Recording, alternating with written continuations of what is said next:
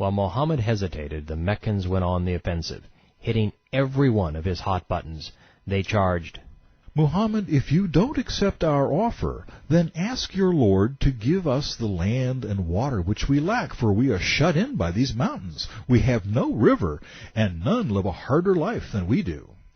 With this they destroyed Mohammed's stated justification for preaching Islam. The Meccans weren't gluttonous, as Muslims claim. "If you speak the truth, resurrect Qusayy for us, for he was a true sheikh, that we may ask him whether what you say is accurate."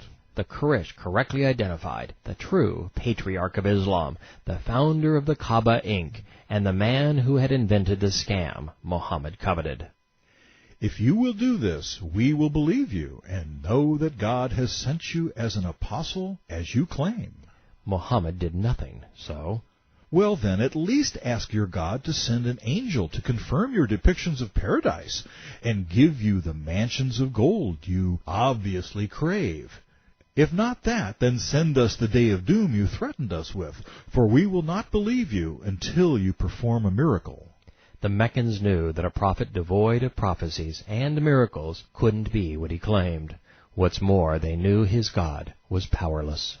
"Why doesn't your God help you? Didn't he know that we were going to present you with these opportunities to prove yourself?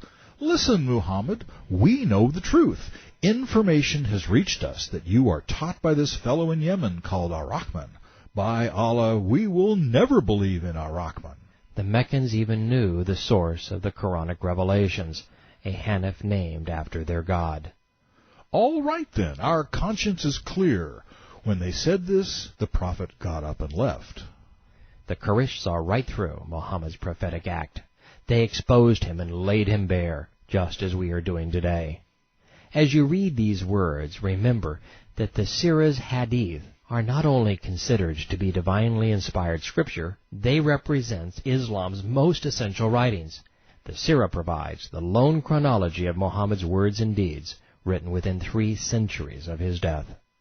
Ishaq: "Muhammad, your people have made certain propositions.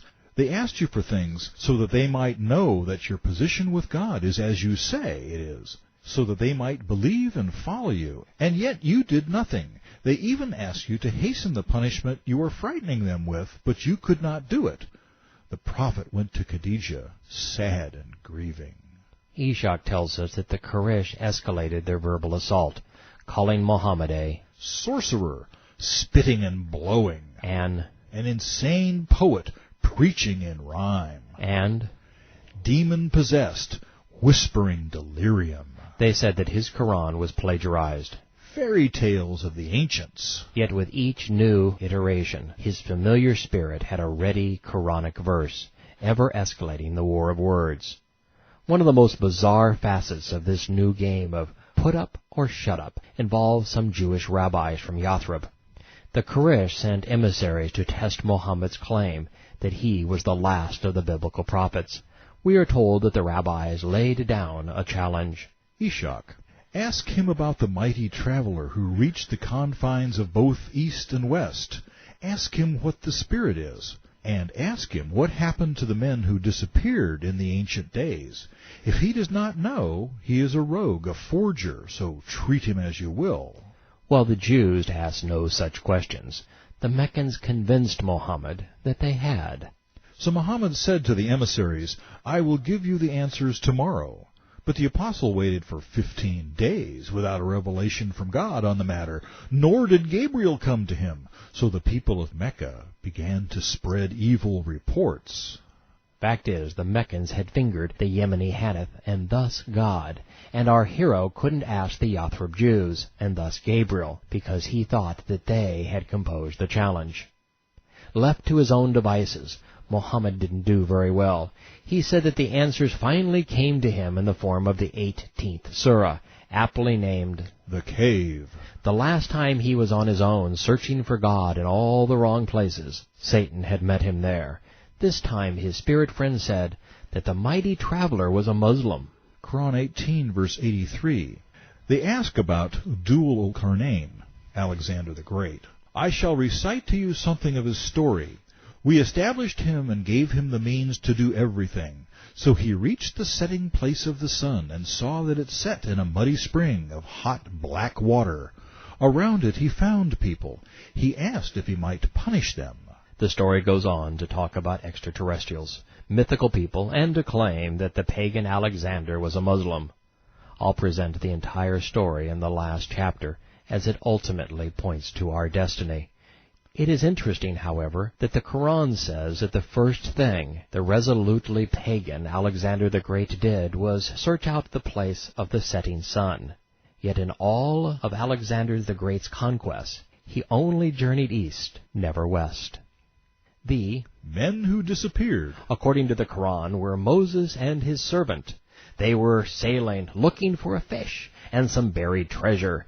The inane story unfolds at the 60th verse and continues until God sends Alexander the Great off looking for the extraterrestrials. The verse that precedes these answers focuses on Satan. hellfire, punishments, deceptions, and annihilations. I can only assume that the spirit is the devil himself. In fact, the cave. Surah ends with, We have prepared hell for the hospitality of the infidels, because they disbelieved and mocked my signs and messengers. However, Ishaq believes the men who disappeared were the dwellers of the cave of Rakim. Beginning in the 18th verse, Allah claims that some men stayed in a cave for 300 years and argued about dogs. Ahmed Ali, in his translation of the Quran, says that the cave is the place the Dead Sea Scrolls were found. That's hilarious, and that the Qumran scrolls prove that the Quran is a complete lie.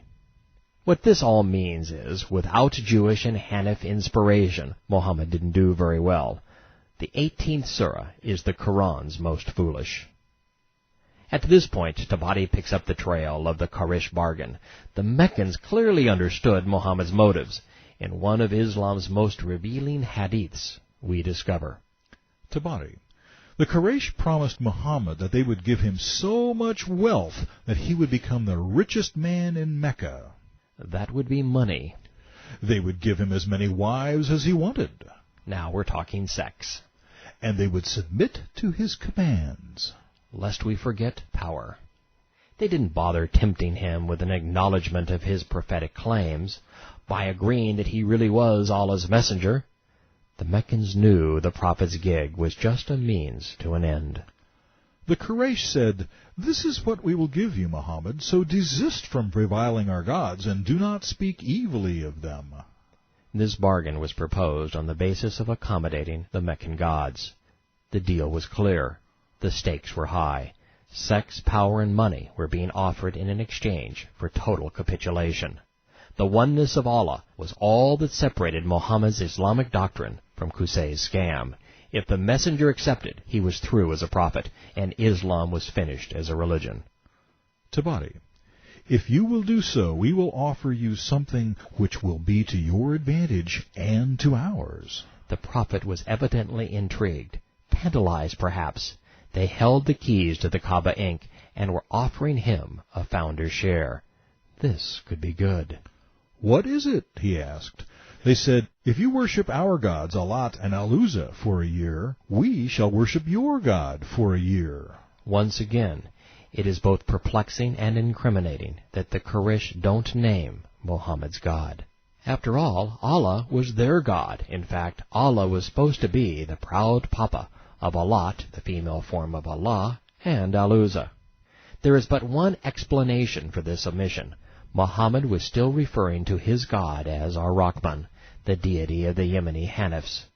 Those who codified the Quran decades later simply swapped Ar-Rahman's name out of some of the later Meccan surahs and replaced it with Allah. This change is confirmed by a hadith contemporaneous to these events. Ishaq. Abu Jahl met the apostle and said, By Allah, Muhammad, you will either stop cursing our gods, or we will curse the God you serve. So the Quran verse was revealed. Do not insult those gods to whom they pray, lest they curse God wrongfully through lack of knowledge.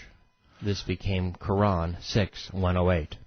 I have been told that the apostle then refrained from cursing their gods and began to call them to Allah, rather than Ar-Rahman. The critical word is began.